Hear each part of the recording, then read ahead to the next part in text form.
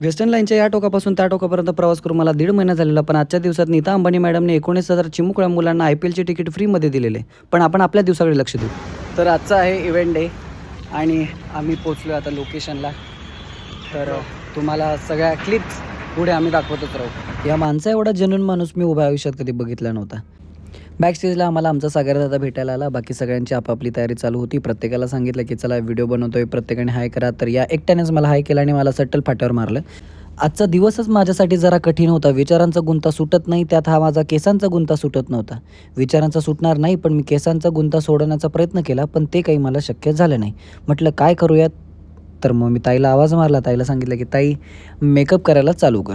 ताईने पटपट पटपट हात फिरवले. मी म्हटलं की ताईला एवढी घाई कसली लागली? तर नंतर मला कळालं की नाही आपण हे जे टाईम लॅब चालू केलेलं आहे, या 24 वर्षात जेवढा माझ्या आयुष्यात आलेला गम नसेल तेवढा ताईने एका दिवसात माझ्या मूछसाठी वापरलेला गम पाहून मला जरा विचित्र वाटलं.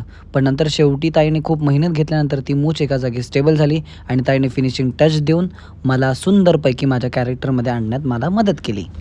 मेकअप आणि कॉस्ट्यूमवाल्यांनी एवढं छान अप्रतिम काम केलेलं की मी स्वतःला आरशात पाहून स्वतःला ओळखूच शकलो नाही. Abstract art present the seed of art directed bye Ashish Pawar या 2 अंकी मूकनाट्याचा पहिला प्रयोग खूप सुंदर पद्धतीने पार पडला. या नाटकाशी जुडलेल्या काही अपडेट्स तुम्हाला हव्या असतील तर या पेजला फॉलो करा आणि आपण भेटूयात पुढच्या प्रयोगात. थँक्यू.